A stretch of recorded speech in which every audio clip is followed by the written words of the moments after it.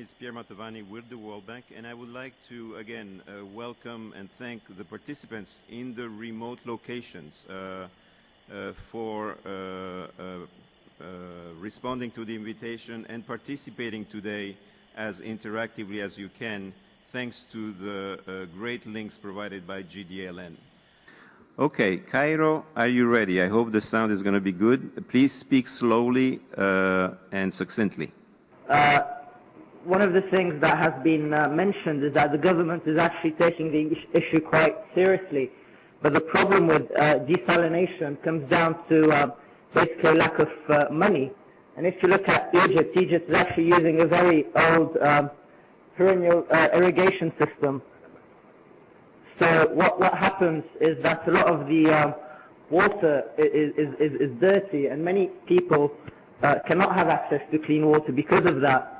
And what you have is flatworms from the Nile actually getting into these canals, and this causes disease.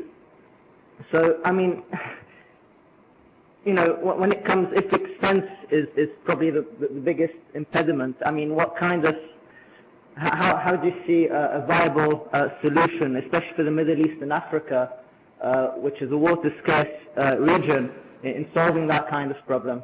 Thank you. Maybe go on to Kampala.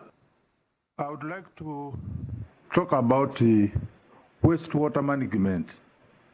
Wastewater management would provide the trick for economic development, but our leaders have failed to come up with the policy framework to put it all high on the agenda so that people can get to know the activities or how to manage the water right from the top to the bottom.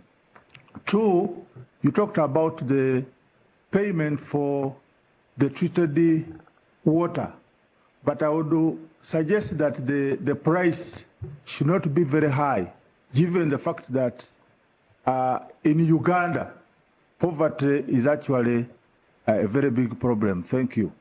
Tanzania, Dar es Salaam, could you please step in and let us know what you think? I had a question to the World Bank on the concern of water recycling and as well as water management in Tanzania. As you know, we seem not to be careful on water management. We are not even dealing with recycling here in Tanzania at all, I can say.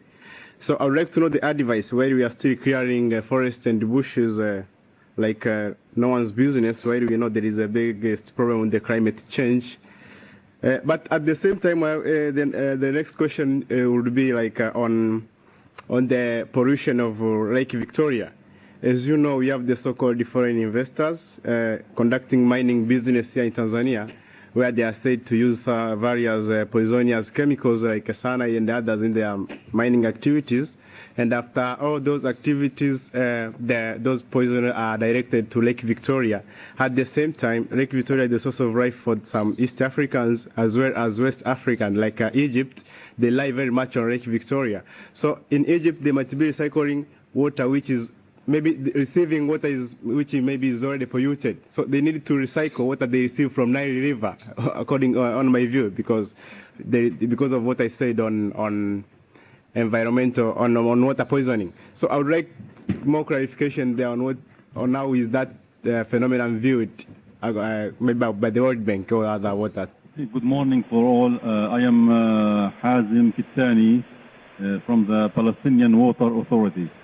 I would like to also add a little bit more about what my colleague said about reuse and other non-conventional water resources.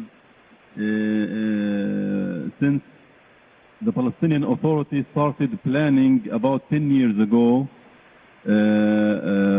we started putting the water reuse and water desalination as one of our strategic objectives, because we had in mind that scarcity of water is prevailing in this area.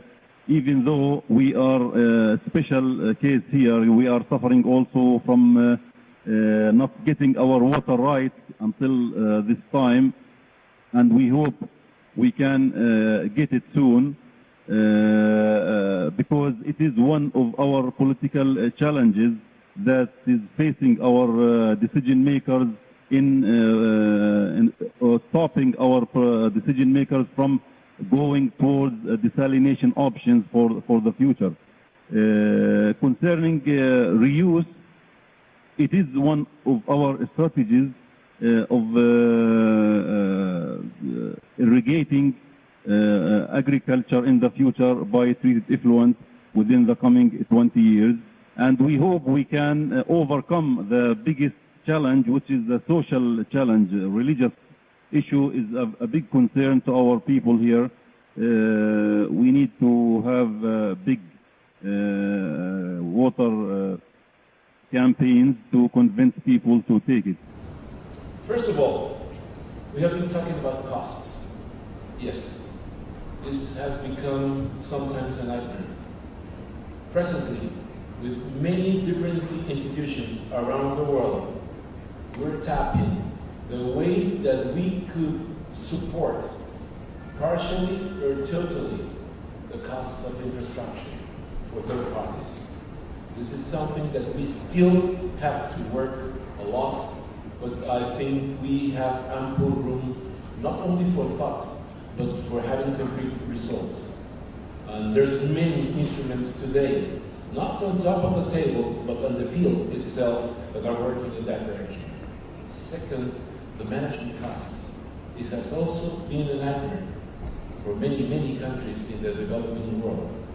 And we also have a set of tools already prepared for that, but we still need a lot more of engineering, of financial engineering, to have much more supply of financial tools to cope with the management costs for all those countries, all those poverty areas in the world where trying to meet or to cope with the management costs is still too difficult.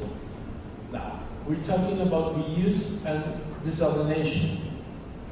One very important, strong statement. Water reuse is here to stay. It is not something that is coming and going. It is going to be here for good. And that is also the case of desalination. It is not something that is a particular scientific thing that we want to take a look in an exposition. It is something that is here also to stay. And we have to make a cultural change in that respect. But now, talking about culture, we need, I am positively sure, we need to modify, re-engineer our water culture all around the world. Not only as a saying, but with real profound meaning, because culture needs to be reassessed. We need to consider that water to be recycled is as good water as the water that we find in nature. It is water at the end. This is what we're looking for. Let us not see the water that is being rejected by the community as something that is filthy and useless, because that is not the way, the pattern to go. We need to change our vision altogether, and that calls for a different cultural pattern all the way. And this was addressed one way or the other today in the interventions that we listened to very carefully from friends all around the world.